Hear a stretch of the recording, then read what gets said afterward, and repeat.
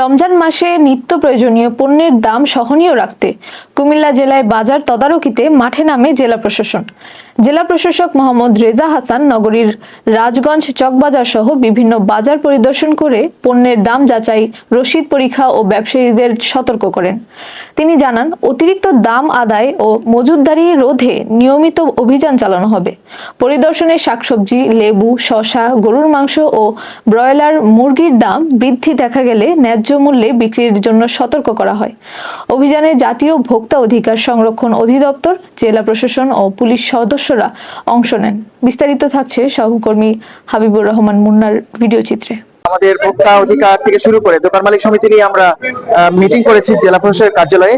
সেখানে বলা হয়েছিল যে জিনিসপত্রের যে দাম, নিত্য প্রয়োজনীয় জিনিস, বিশেষ করে শাকসবজি থেকে শুরু করে অন্যান্য যে পণ্যগুলো রয়েছে সেগুলোর দাম যেন সহনীয় পর্যায়ে রাখে, কেউ যেন অতিরিক্ত বাড়তি দাম না নেয়।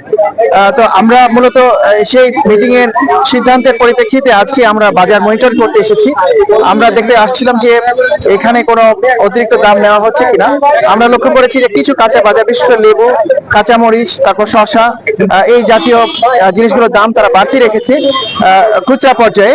তাদেরকে আমরা জিজ্ঞাসা করেছি যে তারা দাম বাড়তি রেখেছেন এবং দামটা কোথায় পেয়েছেন।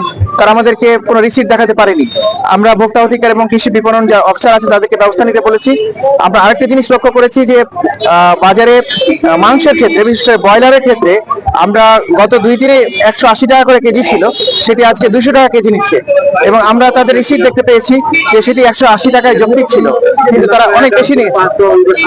সেক্ষেত্রে আমরা তাদেরকে বলে দিয়েছি যে তাদের যে কেনা এবং তাদের যে লাভ, সেই অংশটুকু যৌক্তিক পর্যায়ে রেখে যেন ব্রয়লার গুলো বিক্রি করা হয়। এবং 190 টাকা হলেই মনে হচ্ছে যে তাদের লাভ এবং তাদের যে বিক্রি, এটা একটা সমন্বয় হবে।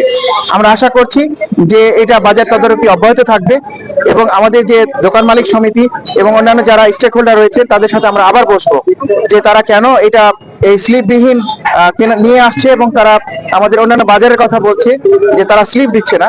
এই স্লিপটাকে আমরা এনশিওর করব এবং তাদের মধ্যে একটা জবাবদিহিতা নিয়ে আসবো যাতে করে ভোক্তা প্রতারিত না হয়। আমরা এটা চেষ্টা চলবে।